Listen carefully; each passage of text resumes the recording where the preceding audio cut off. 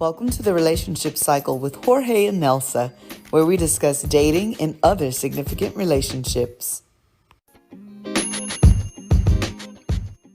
Feeling. Oh, Poppy, made it through the love season of Valentine's. Feeling great. It's all about self-love for me this year. I mean, you know what? At least that sounds like that is always a good bet, though. Exactly. Always find ways to work on yourself and improve on yourself and focus on yourself. Absolutely. And I think, that's preparation for any good relationship, whether it's friendships, your family relationships, or, that new person who might be lining up coming into your life, or the one who's currently in a seated position, and making sure that you're improving so that your situation improves. Whatever your situation ship is here on Situation the ship. relationship cycle. There's a roaming around. Some people are in situationships and they don't even realize they ain't situationships. They don't even know it. So the relationship cycle with Jorge and Nelsa, where we will tell you all about your situationship. So, but today though, we're joking around, but we've got a really, really good show planned for our listeners today, Poppy. And we were discussing this a little bit in our planning meeting, and you just don't really think about how much the adage, if you don't have your health, you don't have anything, is really true. Health is more important than wealth. But what do you do when you have health concerns or health issues, chronic issues, and you are in a place where you really want to date? Any health issues that I had typically came when I was still in a relationship. I was still, connected firmly to somebody. And so I didn't really ever think about it because at the time I was with somebody in a permanent situation. But what happens when, who is your in case of emergency? A friend of mine, we were talking about it the other day, and it was like, my mom is my emergency contact person. And if I really had a chronic issue like cancer or, some sort of really debilitating illness, how would it work? Like dating, Well, I mean, at that point, I rely on my dad. My dad is my emergency person. But yeah, when it comes to dating, I've always wondered how to balance that. And I think it's got to be tough to figure out like when it's too soon to kind of lay all that on somebody, or when is it appropriate. Right, to even tell them about your condition. Yeah. That's something that we kind of want to, line up and kind of figure out, But well, and I think most people probably think about something like, HIV/AIDS, or something where you've got a condition that may impact your sexual relationship. But really, truly, there are other things that people are having to deal with that, don't even get that far. But like you said, especially a terminal illness or something like that, cancer or brain tumors or what have you. How do you manage that? You got to explain to somebody what you have, and then hope that whatever you say doesn't disqualify you as relationship material. So we've got a guest on today, and we wanted to really talk about this for real with somebody who's experienced the highs and lows of dating with health issues. So we're going to bring our guest on in just a minute. So stay tuned. Hello. Hi, there she is. Yeah. Jamie Hicks. Welcome to the Relationship Cycle with Jorge and Nelsa. Thanks for having me. I'm super excited. Hey, listen, you win this is what happens when you win a gift card. You get to come on the show. I know. Look, otherwise known as Jams. For those of you who saw our drawing, Jams did win our gift card to Firebird. So have you been? Did you get a chance to go yet? Not yet. I'm still deciding whom I'm going to take. Okay. Or if I'm just going to go pick out on my own. It's a big decision, huh? Right? But Yes. you got a friend in us, Jams. You got a friend in us. I'm sure I she'll know figure it Jorge out. likes to eat. Yes, Listen, you already know. If you feel like, hey, I need to take somebody, you already got 2 options lined up, just in already. case. Sounds Don't good. panic. Never you fear. But thank you though. I know we're on for a pretty complex issue. We got to talking to you that day. You came to pick up your gift card, and we thought the topic. I think you put it in the feed when we were doing the online drawing, and Hmm. it was really a great show topic. And we decided we wanted to go ahead and cover it. But how do you date when you are faced with health and wellness issues, really critical illness or some sort of long term illness? So, Jamie, tell our audience, if you would, um, how this has impacted your life. So, a little bit about what you've suffered with, and how has that impacted your dating life? Well, with me, I am a 6-year breast cancer survivor. So I had a bilateral, Congratulations. thank you.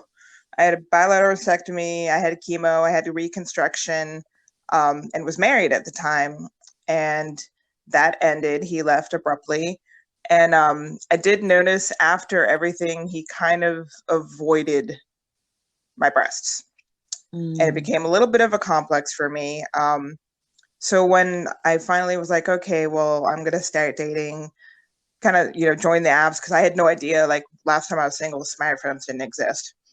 And my friend said too, and the first one I was like, I'm just going to go rip the Band-Aid off, just have a one-nighter. He wouldn't touch them. So then I was like, okay.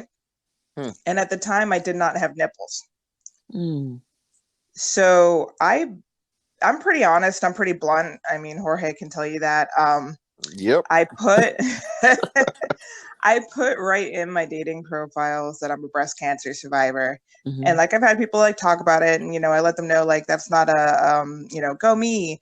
It's what it entails. It obviously entails something that is you know comes up sexually, and if someone's not okay with it, I don't even want to bother talking to them. mm-hmm, And the first person that I kind of just had like a real casual, like we'd only like hang out just to hook up with thing, he did before and after I got my 3D nipple tattoos. And we haven't talked in like a year, but he's the first person that made me feel like they were a sexual part of my body again, mm, because he never treated them any differently, even when I didn't have the tattoos. mm-hmm. So that gained a lot of confidence. Um, I'm kind of hanging out with 2 people now. Unfortunately, you never know when you're going to have a cancer scare. I've had a few this year. I've had a few surgeries. I have fibromyalgia. I have, um, you know, hormonal depression. I have PCOS. Like my list of health issues is quite lengthy. So Mm-hmm. I never know like when when is okay to reach out to someone, and what level of, like, if you're not in a serious relationship and it's like friends with benefits versus like casual dating, like what is gonna scare someone off, because I obviously have hang-ups from my ex. Right, right. And let's So talk about that for just a minute, I guess, too. It, did you get any sort of therapy or any sort of, you know, any sort of help or treatment dealing, first of all, with the breast cancer itself? And then after your ex leaves abruptly, was there any place in there where you got, professional help or counseling of any sort? I tried. I went to Buddy Camp House, which is an incredible.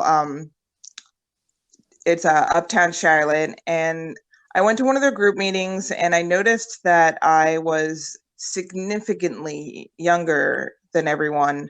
So the being able to relate to what I was going through as a mother of 3, I felt a little separated from it.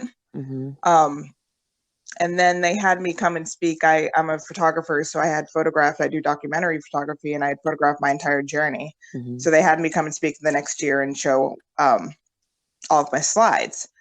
I'm a part of a couple of online Facebook communities. But with that, I've just been trying to kind of work through it myself. Mm-hmm. And as far as the ex, I did try therapy. Therapy is a complicated situation with me. I'm Absolutely. a little bit of trust issues with Mm-hmm. with it, but I've got my few friends that I talk to, and I've got my friends who somehow psychically know like When you when I need need support. them. Mm-hmm. Yeah, and and vice versa. So, and that's hard because like one of the guys I do hang out with, I've just recently had a very difficult time, and he, when he has difficult times, just dips for a while, and he dipped at that time. So Mm-hmm. it was that weird, like we aren't in a real committed relationship, but I had all this stuff going on, he had all this stuff, and he wasn't there. Mm-hmm. So it is, now I don't know, like, should I tell him when I'm having health issues? Should I tell him when I'm having, depression, or when, I'm having a scare, or, Mm-hmm. if I need to go to my oncologist or what have you. And it's something I navigate every day and try and like find that balance. So let me ask you something. So basically, when it comes, you pretty much put it out there on the forefront and you try to make them aware of it from the jump, basically, correct? Everything except Yeah. for I don't touch on the depression as much. Okay. And can I ask why, if you don't mind me asking? Like, I'm curious why that is something that you maybe kind of keep more discreet or more to yourself. Just wondering. Just until I get to know them a little bit better, because it's Okay. a little bit more private for me to really delve into, like I'm very self-aware. I know what's going on when I have breakdowns. Like I know that, what's happening, how to get through it, when I need to reach out. And unfortunately there's such a stigma. Right. Right. A lot of people still even don't know what to say to somebody. It may not be that they're not compassionate or don't feel for you or, you know, don't want to be there, but so many people still don't know how. They don't know what to do when somebody tells them something that's significant. And I would think navigating dating, even in this day and age with online and like there's so many different ways to meet people now, still not putting so much up front in the connection, kind of like the girl comes up and says, "Oh, I want to get married by the time I'm 30 and have 3 kids and, you know, be first in my career and do blah blah blah." It's sort of a, like you said, how much do you give a person Yeah. um of any of it, like how much of it is really your business and um your personal backstory. And if you're not still being affected by those things, you know, do you keep regurgitating your story over and over and over? I would imagine it feels like you're like those times you have to go to a doctor and, give your information 50 times, even though you have said it's in the system and nothing has changed, but you still have to go through the rigmarole of all that paperwork. And I can imagine for you that must be extremely difficult having to tell your story to somebody over and over. And when the person you were married to did not stay, then how easy is it for you to trust others, who don't even know you that well? I Yep. can And I only get tired imagine. of hearing myself talk. Right, right. But yeah, I mean, like the one, it's hard. Like some I can tell it's a bit too heavy. I've found that one of my friends who I'm quite close with, we're quite similar. Instead of just saying like, "Hey, I'm super depressed right now, like I'm having a really dark time, help," I'll just text him and say like, "Say something funny," and then we'll go back and forth on like, funny quotes and stuff, and it cheers me up. So like, I don't have to actually like Hmm. really get too much into it, but he knows. Right. You kind of have Yeah, code yeah. words now, right? So what is it that um what do you think one of the ways you could like how could you help another person know that you can still go out, because you are, I mean, it sounds like you are still trying to connect with other people. You're still trying to, put yourself out there. But what was one of the first things you needed to do to kind of build up your courage, I guess, James? Um, Really, as far as like, with the obvious physical things that people were going to notice, being 100% honest about it. Because I'm not, at the time I wasn't looking for a serious relationship, so you don't want to like roll up in someone's house and have them see the scars and such. So really, being honest, being on the same page, has really been a big thing for me. And if someone isn't gonna treat, what you've been through or what you're struggling with, then they're not worth your time. But and that goes both ways. Like, you know what I mean? Like, you can't just like wait for someone and always lean on them. I've learned, with the people that I hang out with and get along with best, you reach out and see how they're doing. And I think a lot of people forget that, and it becomes this like self-absorbed moment. But yeah, honesty, really. I mean, I'm so blunt with everything in my life that like I I do, like you said, I lay it out there. I'm like, look, here's where I'm at. This is what I'm going through. These are fake. No, they're not a boob job. They were double amputation. So please, no boob job jokes. Right, right. And there's Yeah. so many pitfalls there for, you know, just even how do you handle it if you've never had anybody in your family who's had that particular illness, or, been through that particular chronic disease issue. I can imagine you probably have had some um, ups and downs with even the conversation around it too. I try and make light of it. I say, if I get a paper cut, I'm like, gosh, crap, I'm gonna get finger cancer. Mhm.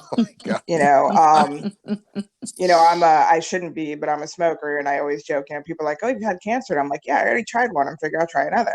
Like, that's dark humor is how if I don't Right. laugh every day, like that's Exactly. my thing. Right. So, and that weeds people out too. Right. Like, if you're Right. dealing and handling all these health issues, like the humor around it, that Mhm. can kind of alleviate some of the Tension, tension. some of that Yeah. Mhm. tension, some of that heavy, like some of that heavy heart that it can bring, or seriousness that it can come. But I do feel that um I don't think there's a right way to go about this, because I think it all depends on people's comfort level and the circumstance, right? Like, I have a medical situation, and normally the way I approach it, I normally don't get into that unless I'm meeting them in person. That's my approach. For those who really don't know me, I am epileptic, and I've had instances where women want me to travel long distances. And when I say long, I'm talking 30 minutes or more. And I'm like, because I really don't like to drive too much.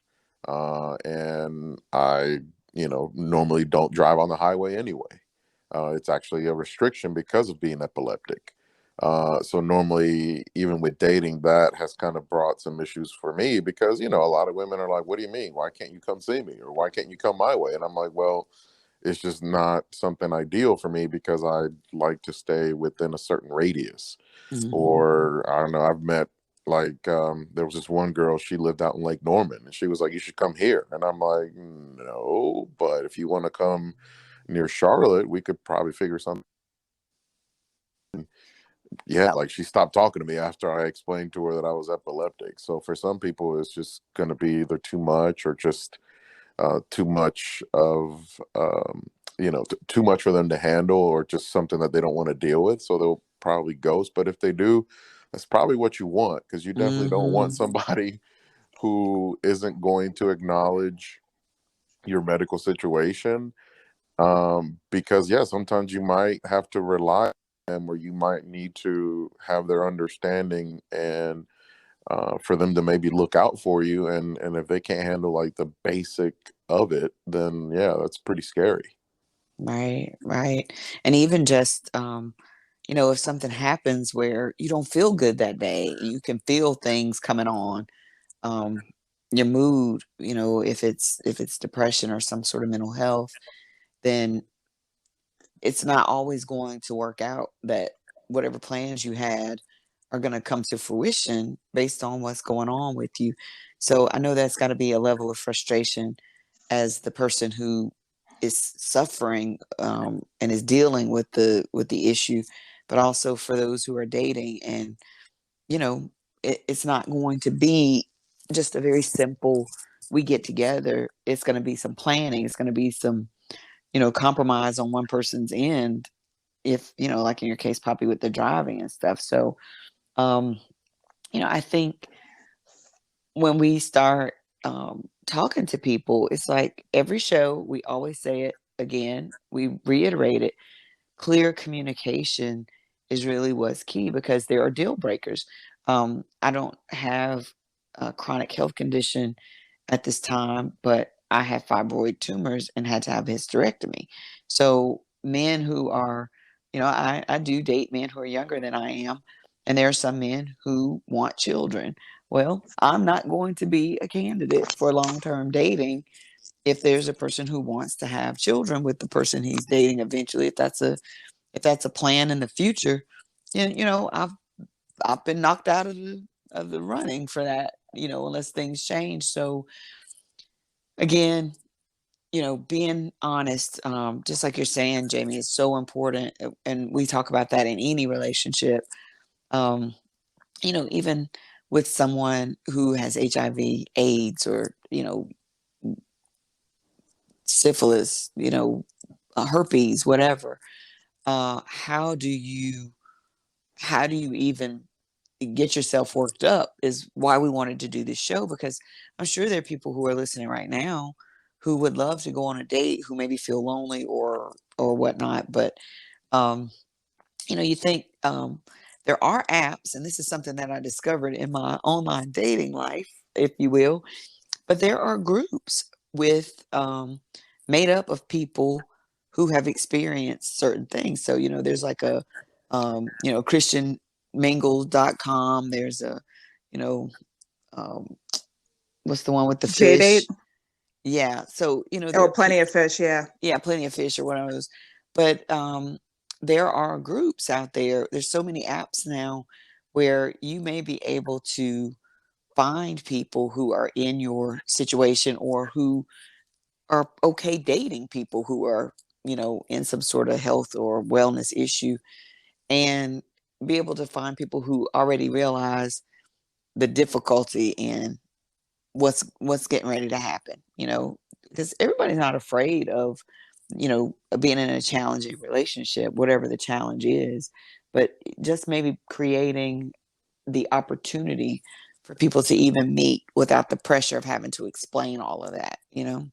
So I've actually have come across a couple of women who had what is the one with the outbreak? Is it herpes? Herpes, uh-huh. And I noticed that the date was going well.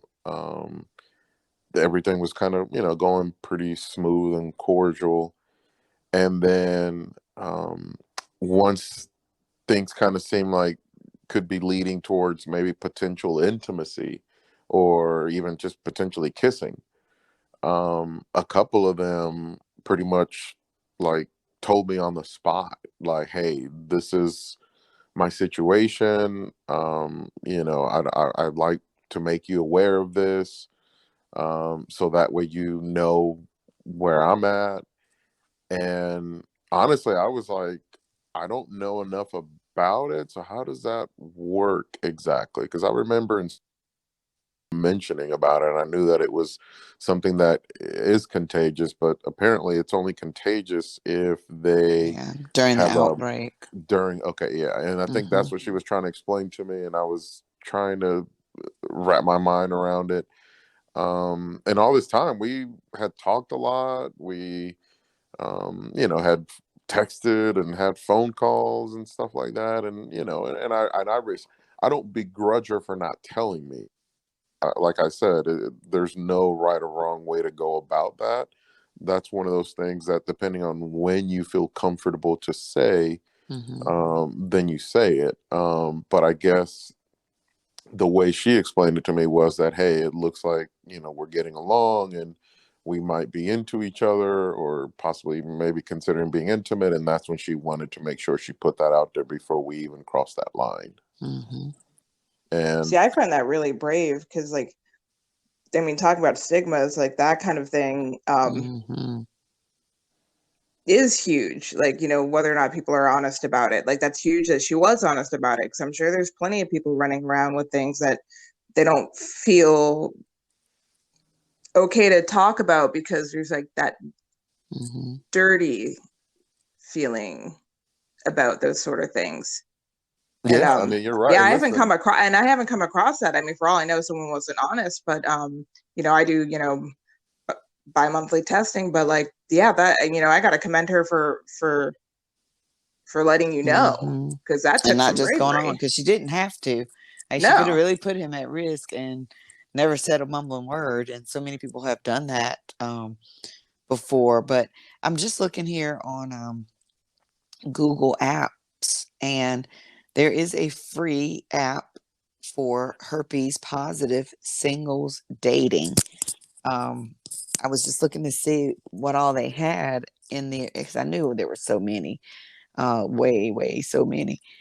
But that is one of them, for people who are herpes positive, to be able to match with other people. And, again, I'm looking to see if there are any other ones that, look like health and wellness type um, apps. But, maybe that's an idea for somebody right there. Well, yeah. and with those, you have to be careful. I actually got catfished by someone who went into, like, we had great conversations, and he supposedly was a cancer survivor and like talked to me a lot Mm, about it. And I went, to the date, and he didn't show up. And I kind of researched a little bit, and I had researched before, mhm, and I've seen him. I'm not on the apps right now, but I had seen him on with a couple other names, and I'm like, yeah, someone legit just lied about being a cancer survivor to just be a mean internet person. So you have to be careful about like who. right. And that's with all of them, honestly, because Mm-hmm. there's scammers on Facebook dating, there's scammers on Tinder, and that's a whole show in itself as well. But there are people out there who really, honestly, just don't have a conscience and are doing what they do, um, manipulating people's feelings. So absolutely be safe if you are going to try a dating app. And you know, there are tools out there that can help you learn how to. And Poppy and I guess that'll be a show we need to cover as well. But Oh, um, absolutely.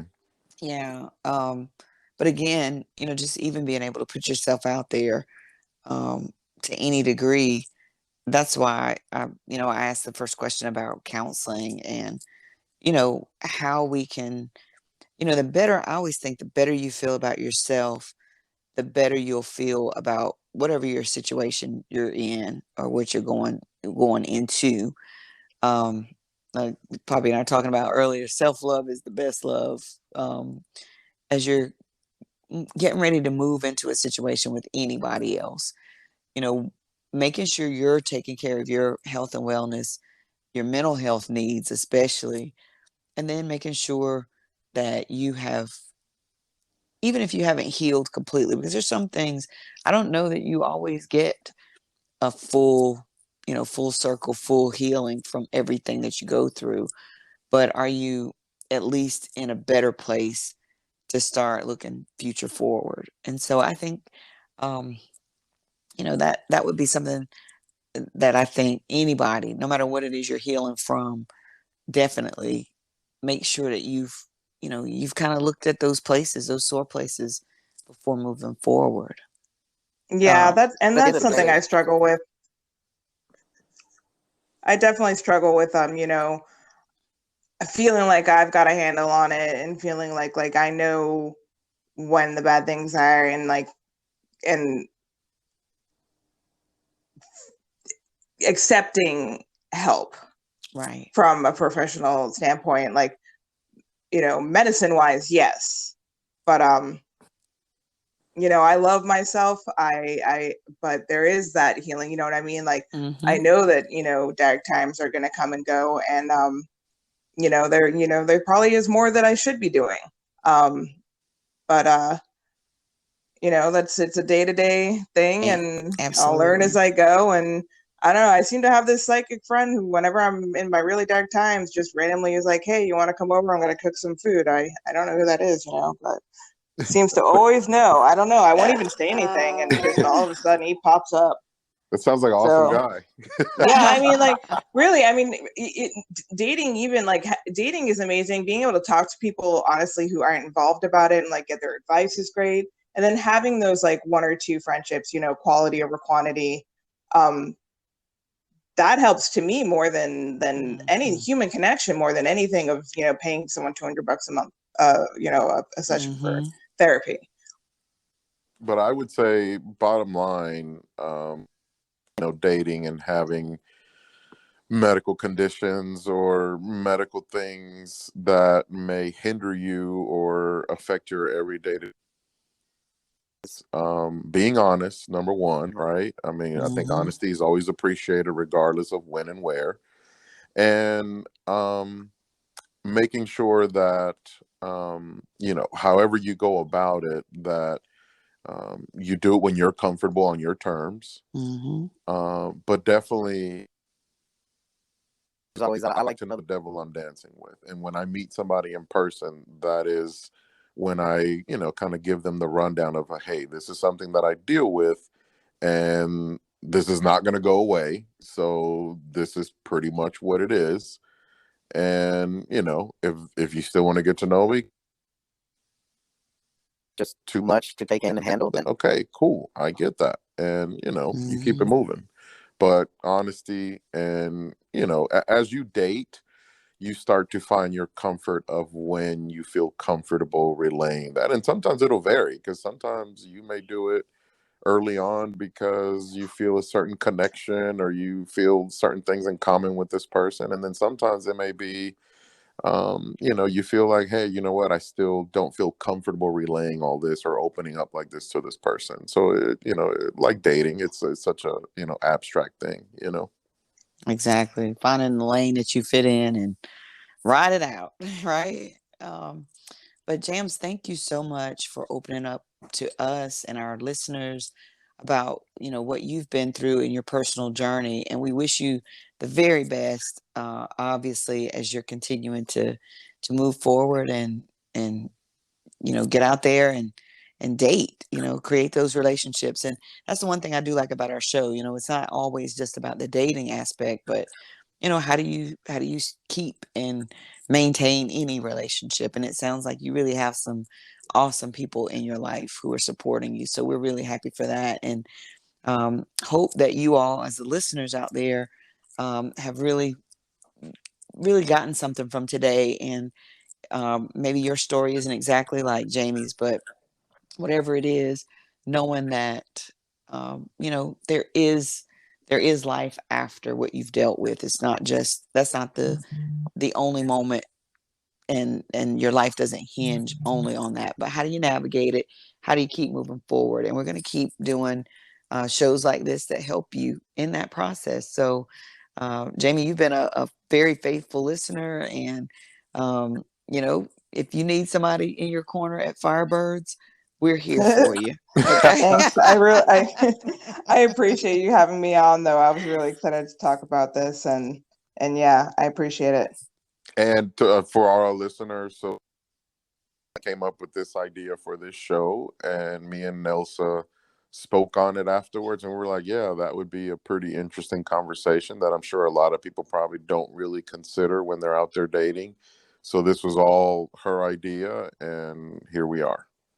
Exactly. So we'll say this: contact us via email at Jorge&Nelsa@gmail.com, and let us know what your story ideas are. We've got some exciting things that are coming up. That won't be the last time we do um, some sort of giveaway or contest.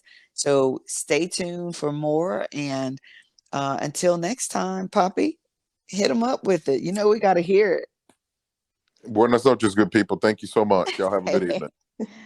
Awesome. Thanks, everybody. Thanks.